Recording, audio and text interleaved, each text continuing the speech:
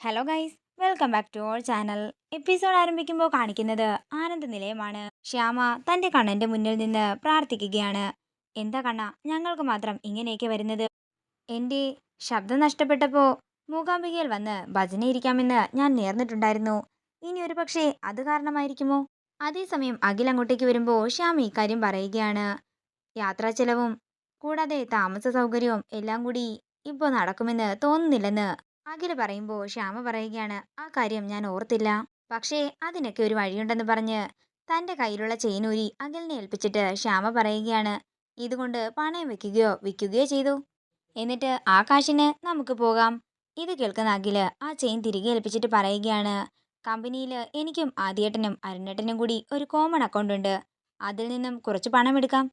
ഞാൻ പെട്ടെന്ന് കാശ് എടുത്തിട്ട് വരാം. ആദ്യത്തെ ട്രെയിനിന് തന്നെ നമുക്ക് മൂകാംബികയിലേക്ക് പോകാം. തനിക്കിനി അതോർത്തുള്ള വിഷമം വേണ്ട. പിന്നീട് കാണിക്കുന്നത് അശ്വതിയെയും അമൃതയുമാണ്.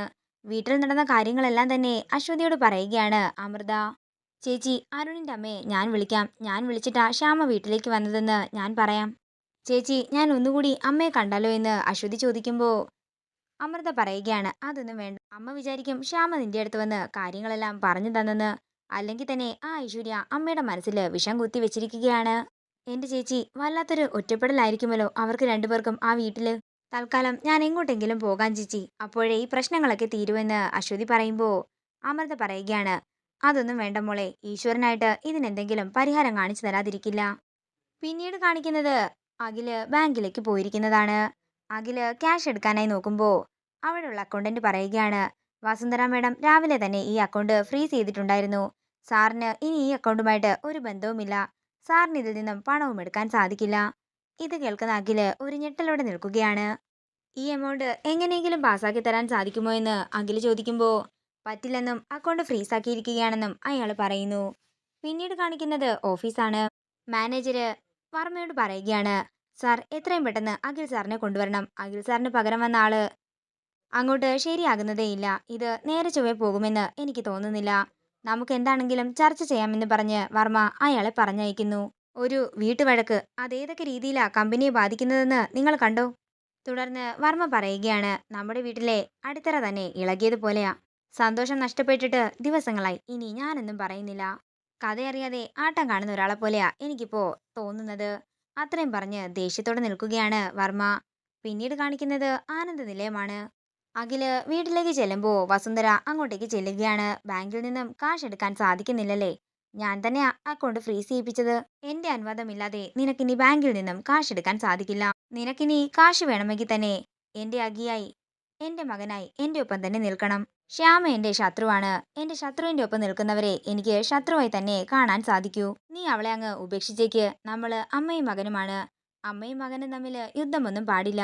അഖി, നീ അവളെ ഉപേക്ഷിച്ച് എന്റെ ഒപ്പം നിൽക്ക്. എന്റെ സമ്പത്തെല്ലാം തന്നെ ഞാൻ നിനക്ക് എഴുതി തരാമെന്ന് വസുന്ധര പറയുമ്പോൾ അഖിൽ പറയുകയാണ്. ഈ ലോകത്തിലെ എന്റെ ഏറ്റവും വലിയ സമ്പത്ത് ശ്യാമ തന്നെയാണ്. അത്രയും പറഞ്ഞ് അഖില് മുറിയിലേക്ക് ചെല്ലുമ്പോൾ കാണുന്നത് സാധനങ്ങളെല്ലാം പാക്ക് ചെയ്ത് ഒരുങ്ങി നിൽക്കുന്ന ശ്യാമയാണ്. ശ്യാമയെ കണ്ട് ആകെ തകർന്നു നിൽക്കുകയാണ് അഖിൽ. ഞാൻ റെഡിയായി നിൽക്കുകയാണ് സാറെന്ന് ശ്യാമ പറയുമ്പോൾ ബെഡിലേക്കിരുന്ന് പൊട്ടിക്കരയുകയാണ് അഖിൽ. എന്താ സാർ, എന്തു പറ്റിയെന്ന് ശ്യാമ ചോദിക്കുമ്പോൾ അഖില് പറയുകയാണ്. ഞാൻ കാശ് എടുക്കാൻ വേണ്ടി ചെന്നപ്പോൾ അവര് പറഞ്ഞു അക്കൗണ്ട് ഫ്രീസ് ചെയ്തെന്ന്. ആരാ അത് ചെയ്തത്, എന്തിനാ ചെയ്തതെന്ന് ശ്യാമ ചോദിക്കുമ്പോൾ ഞാൻ കാശ് എടുക്കാതിരിക്കാൻ വേണ്ടി അമ്മയാ അത് ചെയ്തതെന്ന് കരഞ്ഞുകൊണ്ട് പറയുകയാണ് അഖിൽ. അമ്മ നിന്നോട് ഓരോന്ന് കാണിക്കുമ്പോൾ അമ്മയോട് തിരിച്ചും ഞാൻ പറയാറുണ്ടായിരുന്നു. പക്ഷേ അമ്മ ഇങ്ങനെ ചെയ്തെന്നറിഞ്ഞപ്പോൾ ഞാൻ ആകെ മരവിച്ചൊരവസ്ഥയിലാണ്.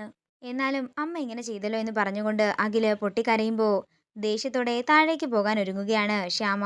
ഇപ്പോൾ എനിക്ക് എന്താണെങ്കിലും അമ്മയോട് കാര്യങ്ങളെല്ലാം ചോദിക്കണമെന്ന് ശ്യാമ പറയുമ്പോൾ എന്നോട് ഇഷ്ടമുണ്ടെങ്കിൽ താൻ അങ്ങോട്ടേക്ക് പോകരുതെന്ന് പറഞ്ഞ് അഖില് ശ്യാമയെ തടഞ്ഞു നിർത്തുകയാണ്. ഞാനിപ്പോൾ തന്നെ സൺഷൈൻ കമ്പനിയിലേക്ക് പോവുകയാണ്. അടുത്ത ആൽബത്തിന്റെ കാര്യം ഞാൻ സംസാരിക്കുകയും ചെയ്യും. നിന്റെ സംഗീതവും എന്റെ അഡ്മിനിസ്ട്രേഷനും വെച്ച് നമ്മൾ ജീവിക്കും.